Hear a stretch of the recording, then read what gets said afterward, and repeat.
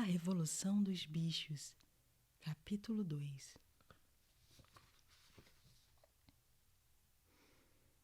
Três noites depois, o velho major morreu tranquilamente durante o sono. Seu corpo foi enterrado no pomar. Isto foi no início de março. Os 3 meses seguintes foram preenchidos por muita atividade secreta.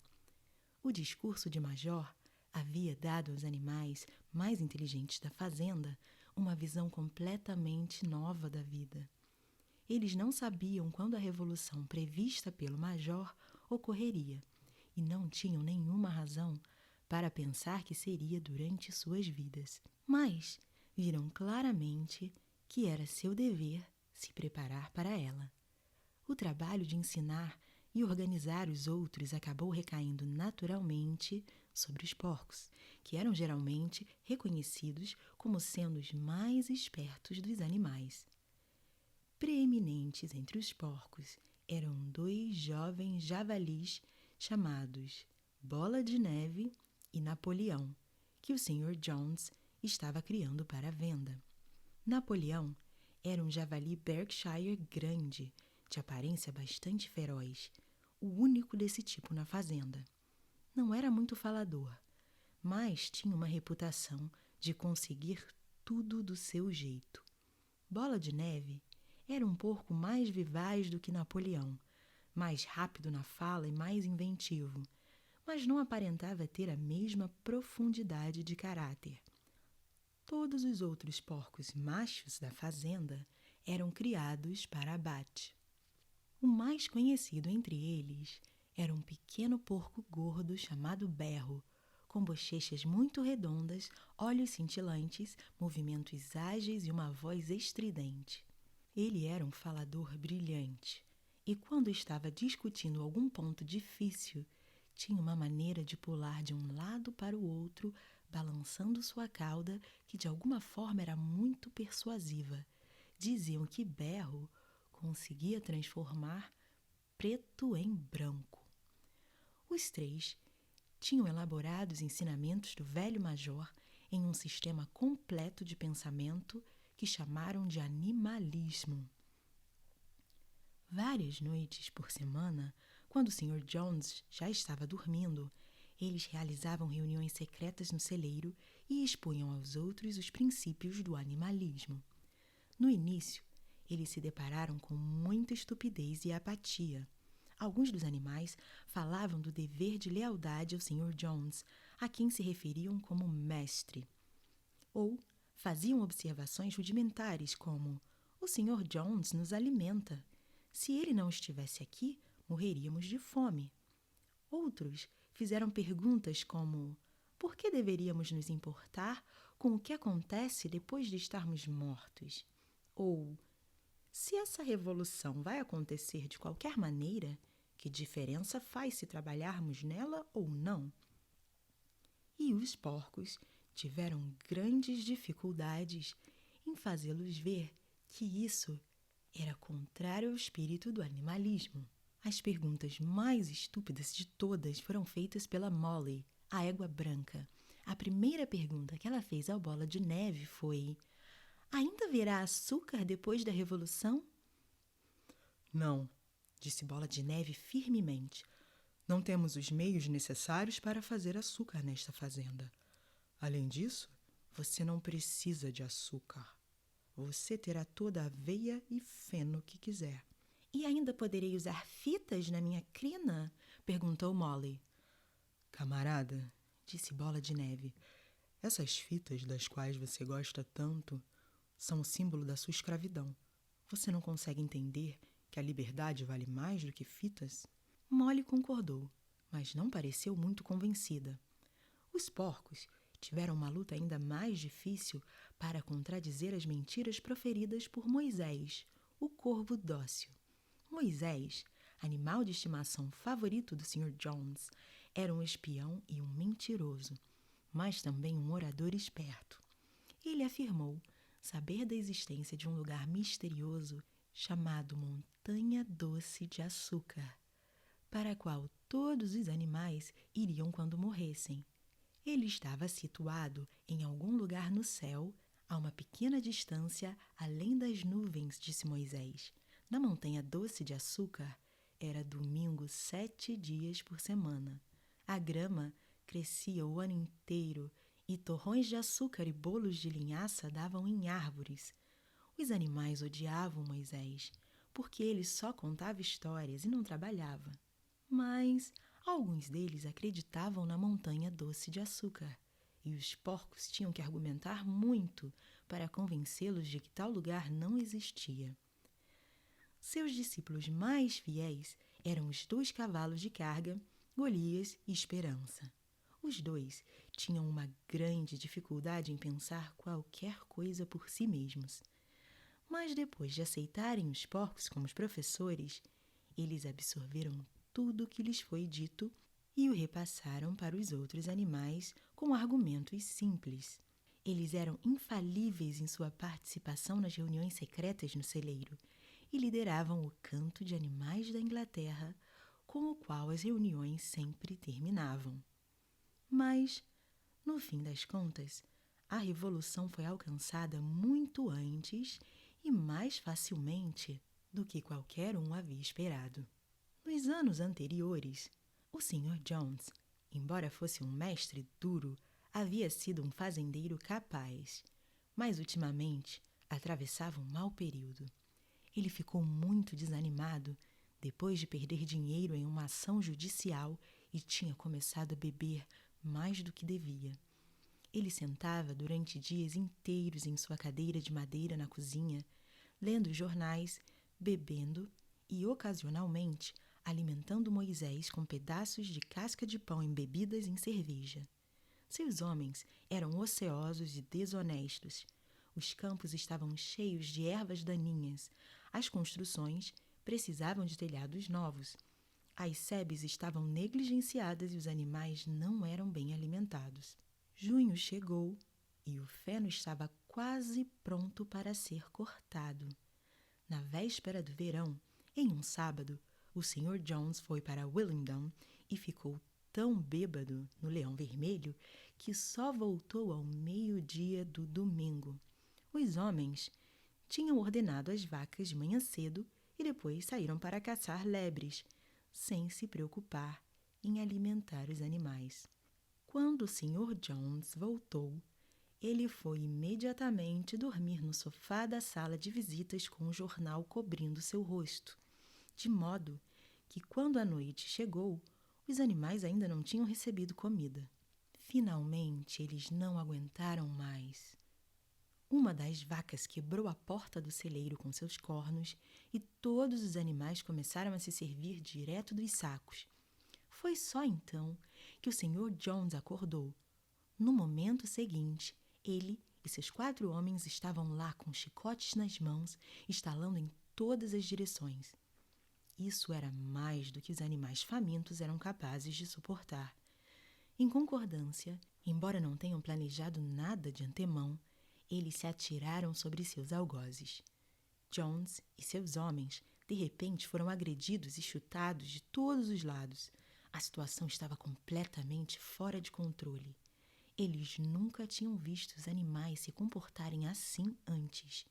E esta repentina revolta das criaturas em quem estavam acostumados a bater e maltratar como bem queriam os assustou tanto que quase perderam o juízo.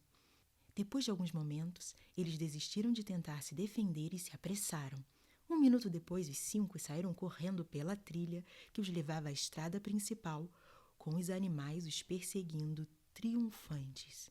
A Sra. Jones olhou pela janela do quarto, viu o que estava acontecendo, jogou apressadamente alguns pertences em uma mala de tapeçaria e escapou da fazenda por outro caminho.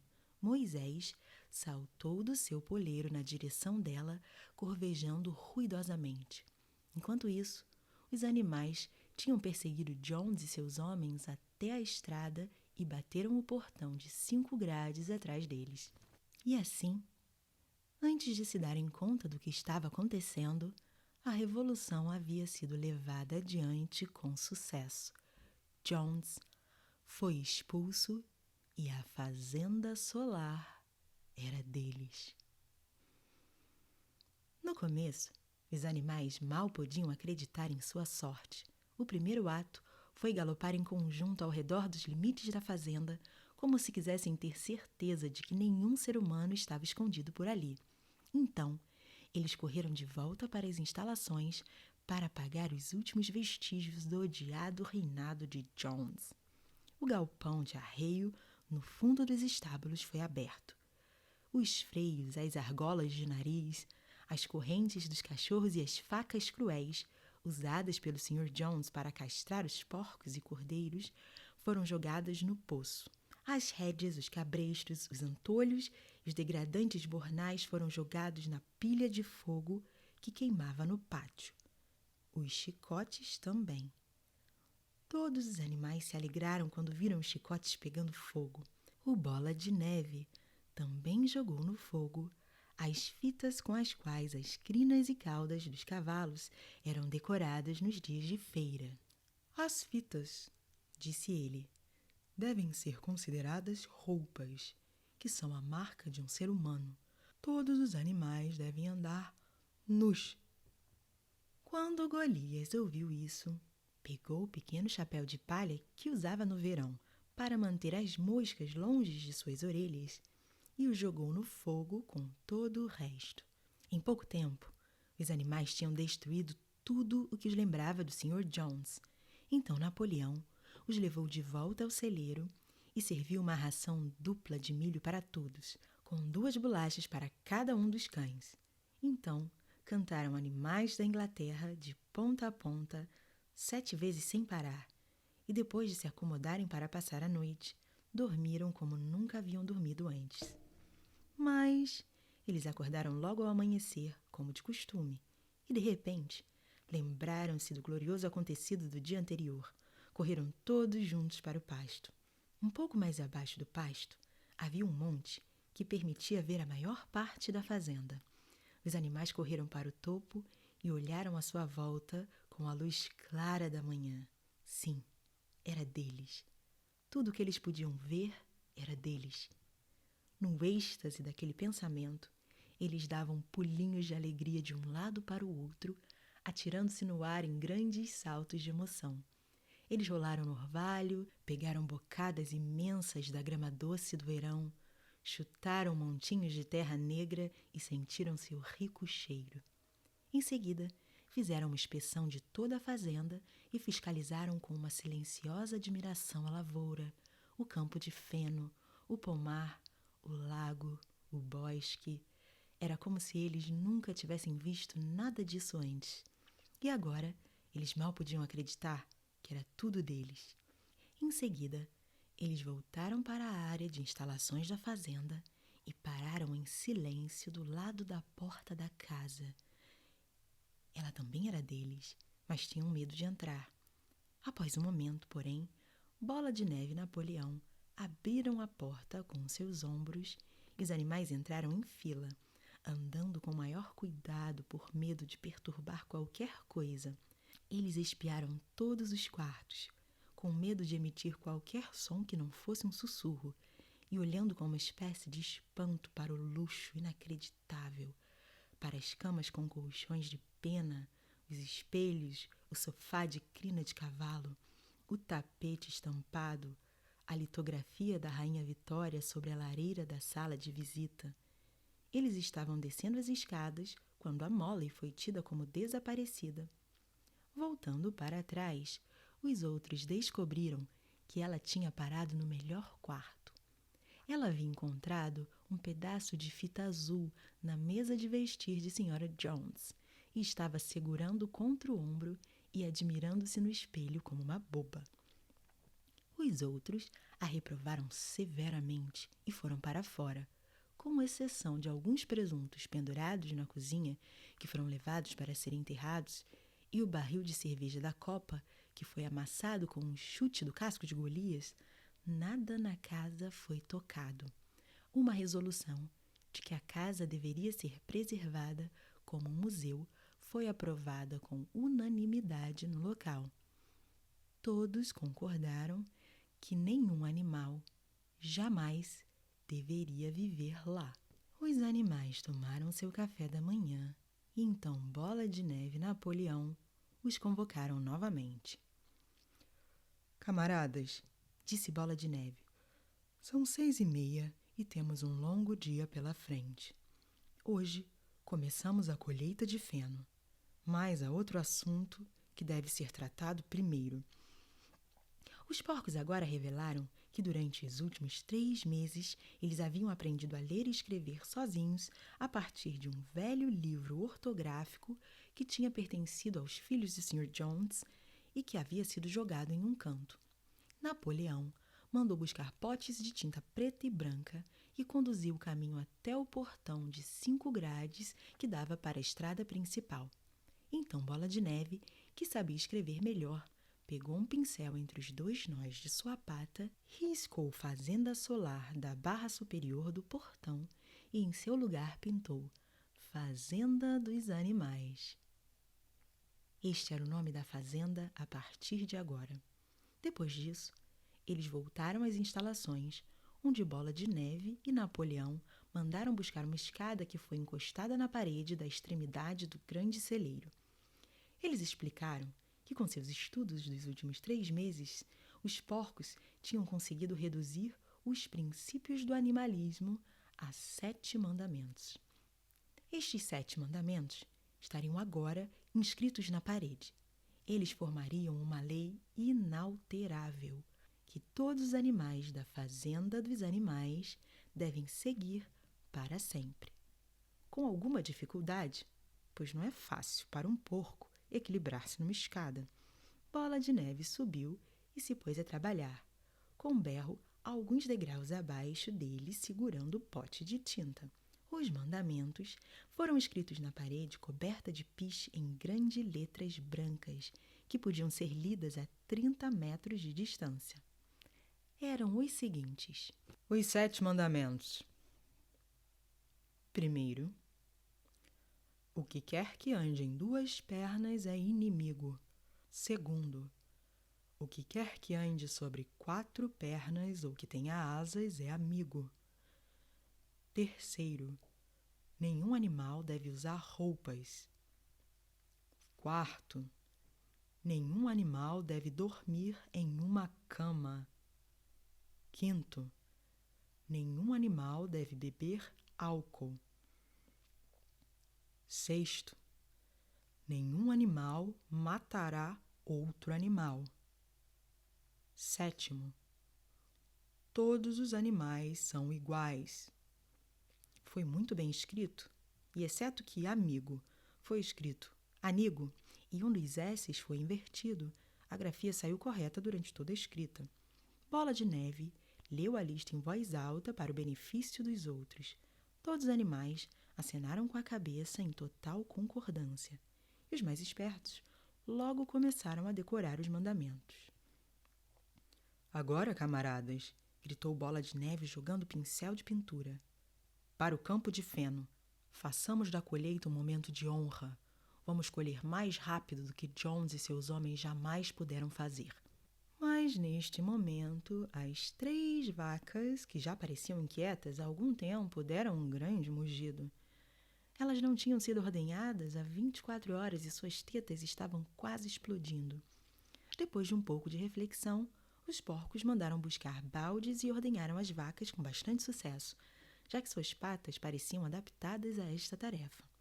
Logo, havia 5 baldes de leite cremoso e espumoso que vários animais olhavam com grande interesse. O que vai acontecer com aquele leite todo? Disse alguém. O Sr. Jones às vezes misturava um pouco de leite na nossa ração, disse uma das galinhas. Esqueçam o leite, camaradas, gritou Napoleão, colocando-se na frente dos baldes. Isso será resolvido. A colheita é mais importante. O camarada Bola de Neve vai liderar o caminho. Seguirei dentro de alguns minutos. Avante, camaradas. O feno está esperando. Então os animais trotaram para o campo de feno para começar a colheita e, quando voltaram à noite, notaram que o leite tinha desaparecido.